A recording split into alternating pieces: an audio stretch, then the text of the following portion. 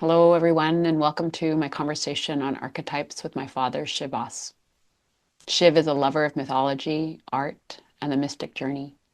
He's bumbled his way through life as a Gestalt therapist, a Kripalu body worker, and a shaman of sorts. Joseph Campbell, his spiritual godfather, led him to believe that we are all heroes of our own life's journey and need to leave our village compound in order to become who we are. As he's done for over 30 years, he offers guided exploration into the mythic journey, both in his practices and in his conversations. I wanted Shiv to come onto the horn for archetypes because, as a lover of Carl Jung and all things shadow, I wanted him to share his experience of what archetypes are, how he's worked with them in his own life, and how we can work with them.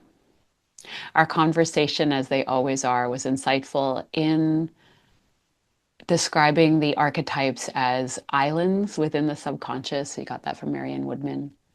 And how we have, how they show up in our life would be, I think, the biggest way that I would describe this. How they show up in our life and why they show up in our life and what they can teach us.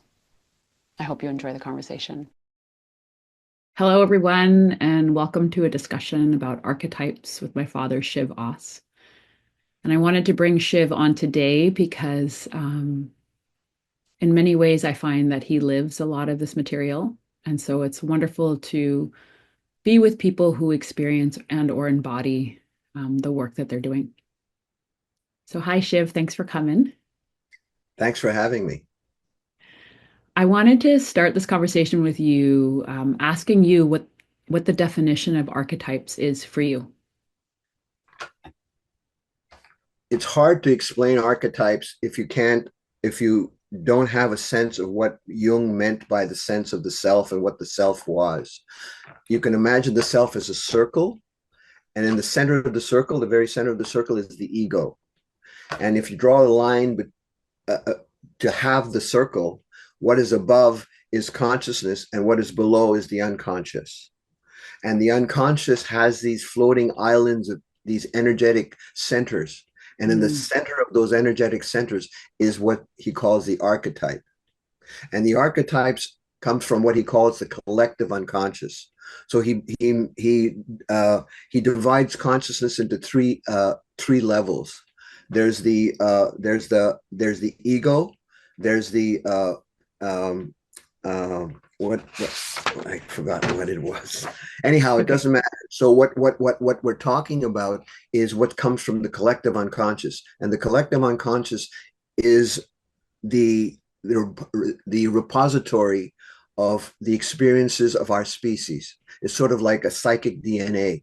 Mm. The way this shows up, you cannot access the archetypes directly. You can only do it indirectly through symbols, through metaphor, through dreams, through visions, and so on. It's like trying to look at a piece of glass in a flowing river.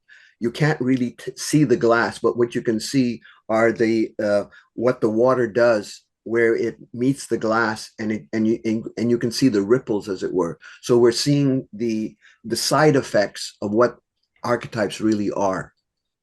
Now, what happens is the archetypes are activated when something in the conscious world, in the consciousness, or in the external world elicits a response, and then the archetype is engaged. Now, Mm. if the ego uh, is strong enough to hold the energy of the two, of the external and the internal world, or the psychic world, then you have a harmonic that exists. But mostly the archetypes come into play where the ego hasn't completely matured enough to be able to handle those energies.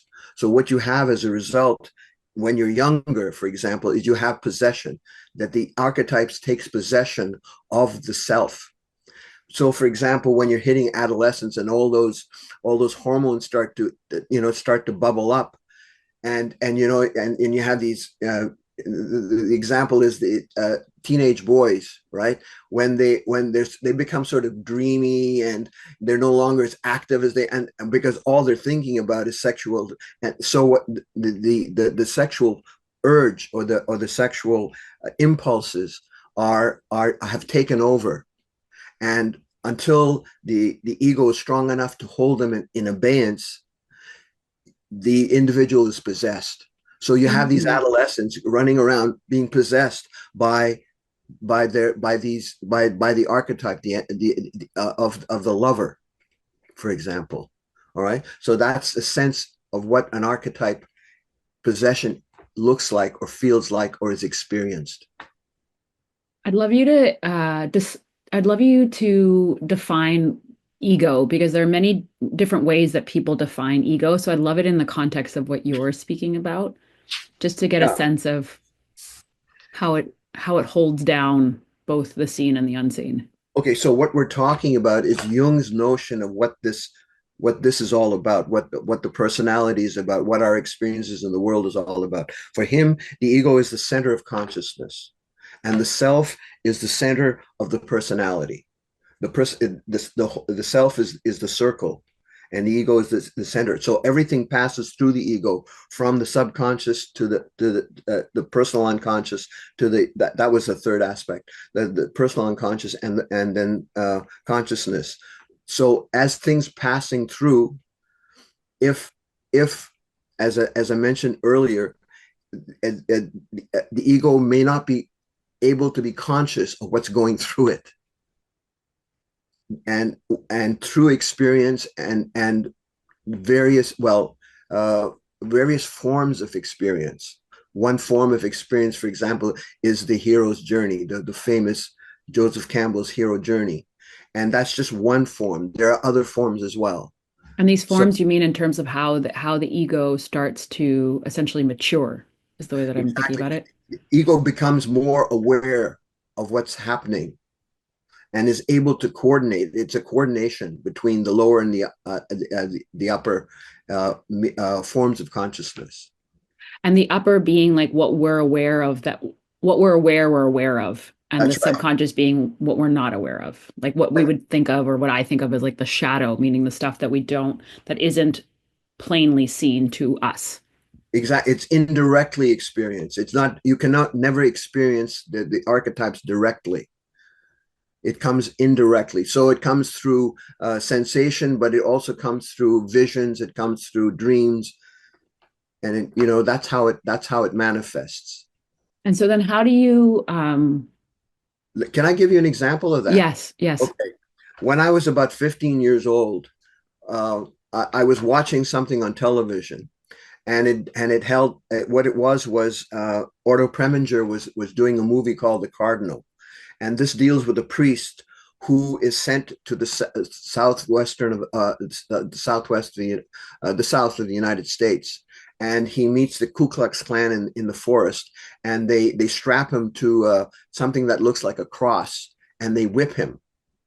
And I realized that here was a Christ figure, was the figure of the Christ, and the Christ just means the anointed one, that has been there's a divine intervention that has occurred, and so the Christic vibration comes through in the sense that it's a symbol that transcends space and time. And all of a sudden, I recognized that, my God, this man here is very much like Christ back 2,000 years ago. So there's a continuity that occurs that's outside of space and time. Jung is very much concerned with like fourth chakra, which is beyond space and time. Freud concerns himself with the first three chakras, which is Yeah. survival, sexuality, and power. They're still in the material world. They're still in ego consciousness up on top. Now, what happened to me was all of a sudden this symbol in the consciousness was something in my unconscious was stirred, and there was a realization. And what it did is evoked in me these archaic emotions and understandings that, my God, Mm. you know, there's something going on here that is more than I ever imagined. this existence to be. I found myself now experiencing the archaic experiences of our species. These are themes. These are sort of psychic themes that recur and that are embedded within our DNA. Just as we inherit our, the body inherits its characteristics. Within the body, there is this uh, this field. Rupert Sheldrake calls it morphogenetic field. So it's very much it's a morphogenetic field in the psyche. That's what archetypes are. These Marion Woodman calls them these islands of energy. And this is where they kind of skip into something else that goes beyond science, and he calls it divine energy. Mm-hmm. The sciences would never say this is divine energy, but Jung does. And so as a result, a lot of people don't consider Jung to be exactly copacetic in terms of psychology, because Right. he's moving into a different dimension that science has as yet has not incorporated within its meta narrative, as it were. What do you think is the power of working with archetypes? Like, what do you think how does that benefit us? What it does, for example, in the example I gave, it enlarged my sense of who I thought I was and Mm, what this is all about. It throws you into a different domain of consciousness that you can you can you know it, but you can't say anything about it. You know, it's not, you can't understand it. You can experience it, and you can work with it, even though you don't know what it is. But as you learn, this is the other thing, is you allow the archetype to to move through you, and as it moves through you, you get to understand it more and more and more. And as you understand it, for example, I'm a photographer now. That's an archetype, and the archetype of the photographer for me is the one of the hunter. All right. And with the trip with the hunter is the hunter knows the habits of the prey. Okay. And the prey happens to be you.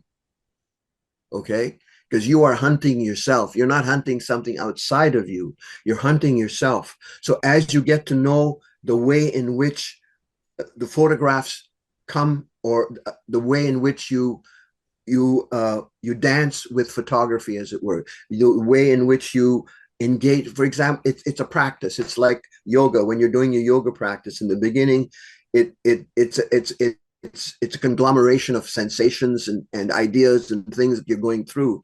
But as you do it more and more, as you refine yourself, you begin to understand what the process is about. So, for example, in photography, I have these, I call them signs, or signals that I get, that I need to get up at this morning and I need to go over here. And I don't know why I'm doing it. This happens to a lot of people, right?